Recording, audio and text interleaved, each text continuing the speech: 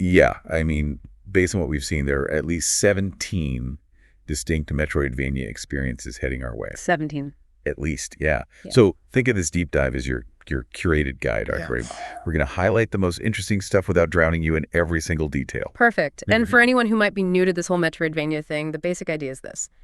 So where do we even begin with all of this? Well, I think one of the games generating a ton of early buzz is Mio. Memories in Orbit. It's planned for a 2025 release. And the very first thing that'll hit you about this game is its art style.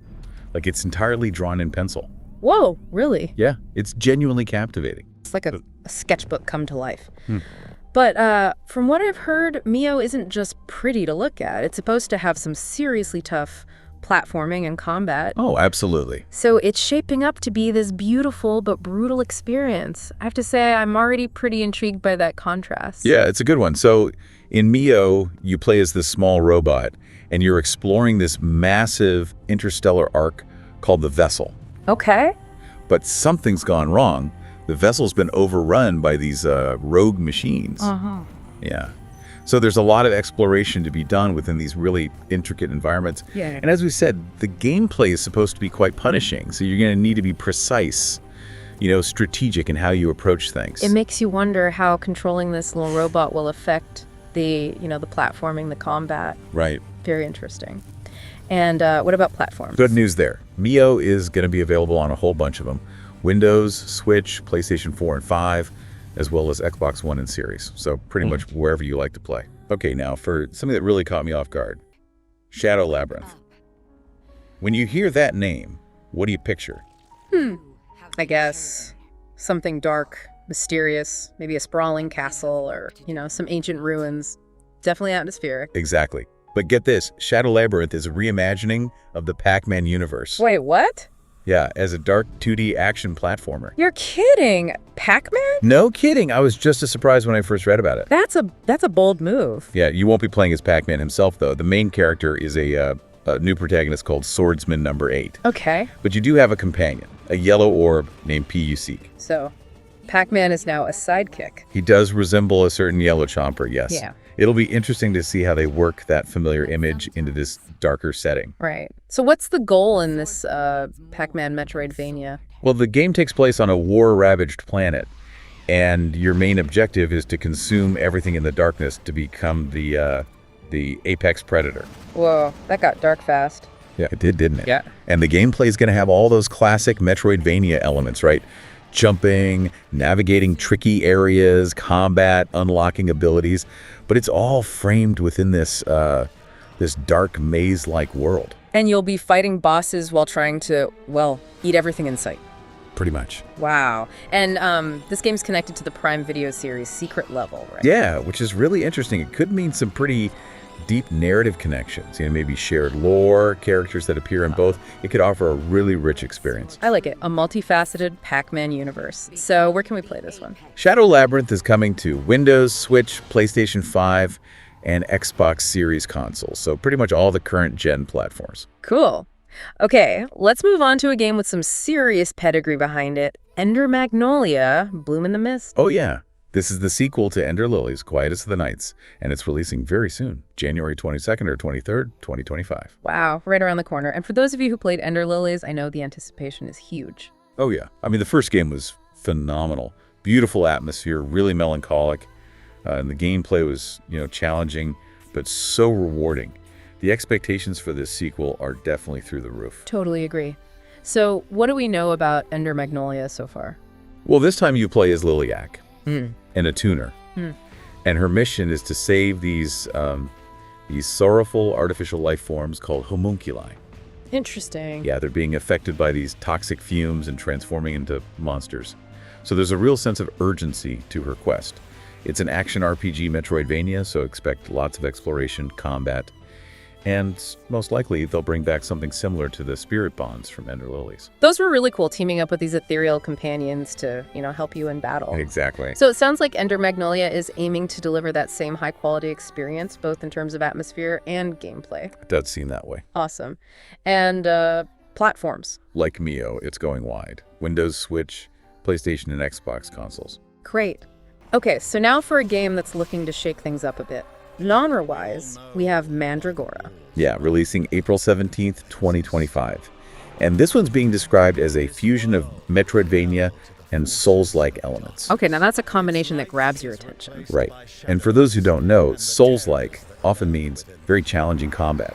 Where you need to learn enemy patterns, there's a big risk-reward system. Like you can lose a lot of progress if you die. Exactly.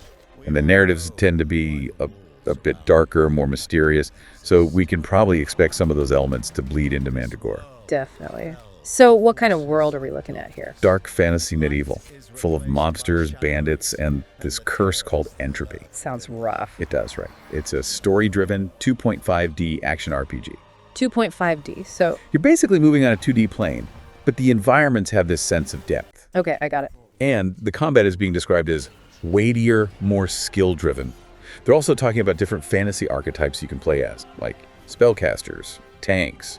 So I think we could expect a lot of build variety. Wow, 40 hours of story and 6 unique classes. At least. It sounds like a really substantial game. It does. And there's this mention of moral dilemmas that affect the entire realm. Oh, yeah.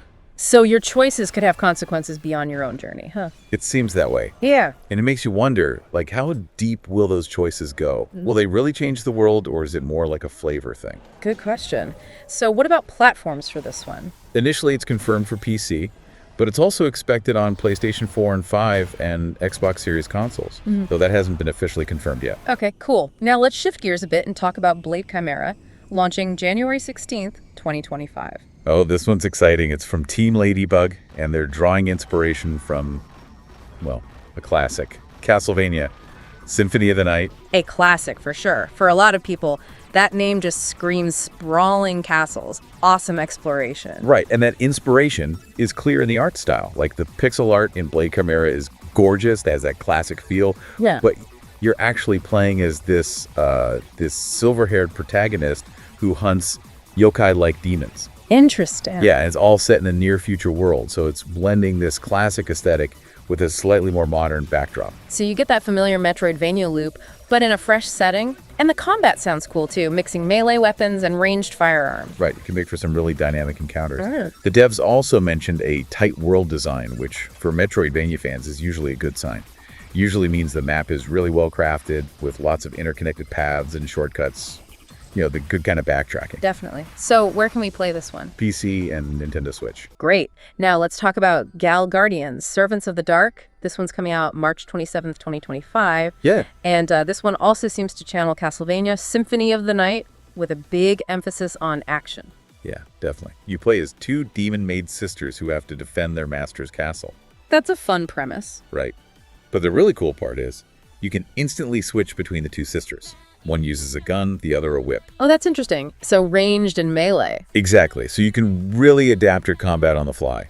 That could lead to some pretty strategic gameplay, right?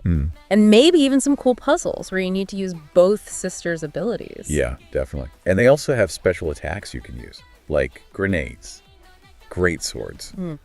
But they're powered by a shared magic meter, so you have to manage your resources carefully. Interesting. Oh, and you can also gather souls to revive fallen servants, which is another unique touch. Huh. It makes you wonder what those revived servants actually do. Right. Like, do they help in combat, provide buffs, maybe even unlock paths? We'll have to wait and see. Yeah. And platform-wise, Gal Guardians is coming to PC, PlayStation, Xbox, and Switch. Wow, the full package. Okay, now let's talk about INIH. Life After Gods, also releasing March 27th, 2025. I've heard a lot of good things about this one, especially in terms of its action and platforming. The action is incredible, so fluid. And the platforming is really tight, really intricate. The visuals and animations are top-notch too. It all feels super smooth and responsive. Nice. So what's the story about? You play as Inayah, an orphan who's trying to find her lost tribe. Okay. And the world is this really interesting blend of technology and ancient tradition. Visually, it's really striking. Sounds cool. What about the combat? Oh, it's very versatile. You have 3 weapons, twin blades, a flail, and just your fists for brawling. Okay, so speed, range, and power. Exactly. And you can switch between them instantly, which is great. Yeah. But here's the cool part. Each weapon also changes how you move and defend. Whoa, really? Yeah, so it affects both combat and exploration. It adds a ton of depth to the gameplay. And you have lots of ways to upgrade, too. Skill trees for each weapon, implants, and even ejector upgrades for your healing. a lot to customize them. Yeah, for sure. And it's coming to all the major platforms: PC, PlayStation, Xbox, and Switch. This sounds like a good one to keep an eye on. Now let's move on to a game with a bit of a different vibe. Moadra. Yeah, this one takes place in a world that's, well, pretty bleak. And the focus is on blaster combat. Okay, so a bit more ranged combat than the others we talked about. Right. No firm release date in 2025 yet, but we know it's coming to PC at least. Got it. What else do we know? Well, the combat is described as being fast and hectic, but still controllable thanks to an auto-aim feature. So maybe a good choice for people who aren't as comfortable with, precise aiming in a fast-paced setting. Yeah, could be. And for exploration, you have this robotic scanner that helps you find hidden paths and interact with the environment. Cool. Classic Metroidvania stuff. Right. You also find orbs to unlock abilities and spend in-game currency to upgrade your skills at save points. So a familiar structure, but with this darker, more oppressive atmosphere. Exactly. Okay, next up we have Ninja Brigade feat, Jonah Weingarten. This one's interesting. You actually play as Jonah Weingarten, the musician. Wait, really? Yeah. He gets sucked into an arcade machine and ends up in demon-infested feudal Japan. Whoa, what? That's crazy. Right, it is right. It's set for PC. No firm 2025 date yet. From what we've seen, the focus is heavily on platforming, and the acrobatics look really challenging. Cool. But the combat? It seemed a bit simple in the early footage. Could change, of course. Right. Visually, it's all pixel art, very nostalgic. And there are a ton of pop culture references thrown in. So if you're into that sort of thing, it could be a lot of fun. Sounds like a unique mix of elements, that's for sure. All right, next up is Rune Fencer Illyia. This one's a bit of a mystery. We don't have a release date or confirmed platforms for 2025 yet. Okay. But it's generating a lot of buzz. I've seen people online calling it their most anticipated game of the year, based purely on some early gameplay footage. Wow, that's impressive. Right. Like, people are genuinely excited about it, even without knowing much about it. Definitely one to watch for future announcements. All right, on to Possessor. This one's aiming for a 2025 release, but the devs are calling it a search action game rather than a Metroidvania. Yeah, interesting distinction. But the core gameplay loop still sounds very Metroidvania. You unlock weapons and upgrades that then allow you to reach new areas.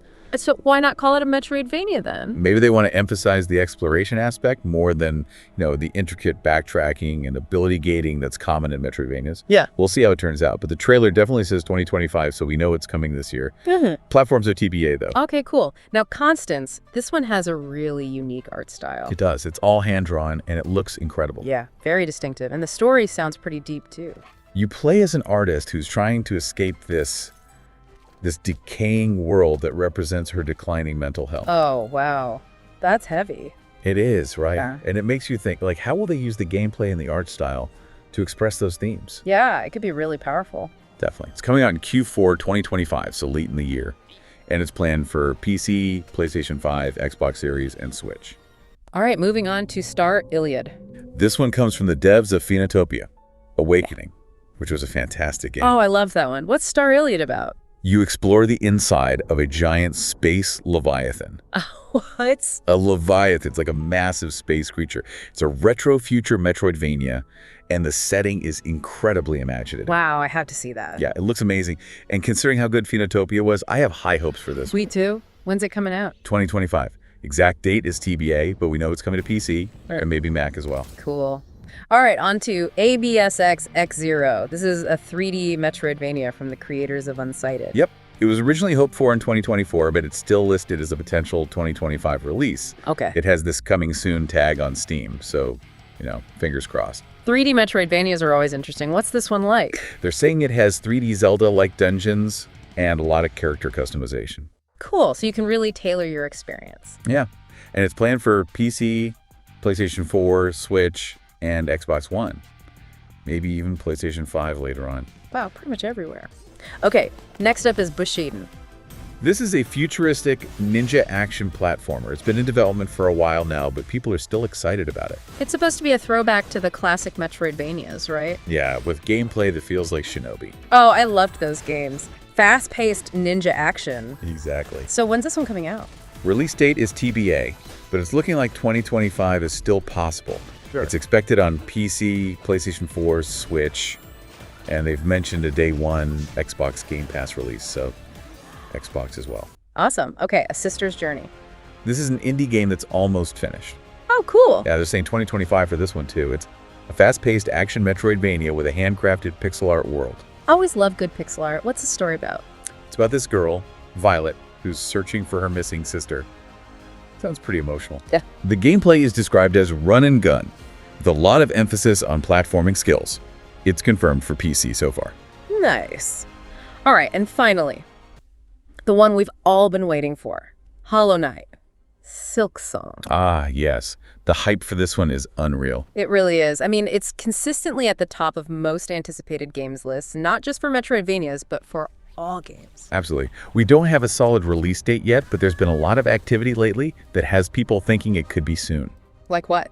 Well, there were updates to the Steam metadata. It got added to NVIDIA GeForce now. Oh, interesting. And there's even a rumor that it could launch on Xbox Game Pass Day 1 by June 2025. Wow, that would be huge. But, you know, rumors are rumors. We need official confirmation. Of course. Okay, so what do we actually know about Silksong so far? Well, you play as Hornet, and it takes place in the completely new kingdom. The gameplay is supposed to be even more refined than Hollow Knight, with new mechanics like crafting. Oh, cool. There are also more elaborate quests and a bigger emphasis on hunting, which involves things like puzzle solving and tracking rare creatures. Sounds ambitious. Oh, it is. They're talking about over 150 new enemy types and more than 50 bosses. Seriously? Yeah. And there's going to be a Silk Soul mode for people who really want a challenge. Yikes. As for platforms, we're expecting PC, Switch, PlayStation, and Xbox, though that's not official yet. Okay, so, wow. As we wrap up this deep dive, I think it's safe to say that 2025 is going to be an incredible year for Metroidvania fans. Absolutely. We've seen so many games, and they all look so different, so unique. Whether you're into stunning visuals, dark reimaginings of classics, long-awaited sequels, or just totally new ideas, there's something here for everyone. Absolutely. So keep an eye out, everyone. 2025 is going to be a wild ride for Metroidvania fans. You said it. And hey, maybe we'll revisit this topic later in the year and see how things have shaken out. That's a great idea. Until then, happy exploring, everyone. Happy exploring.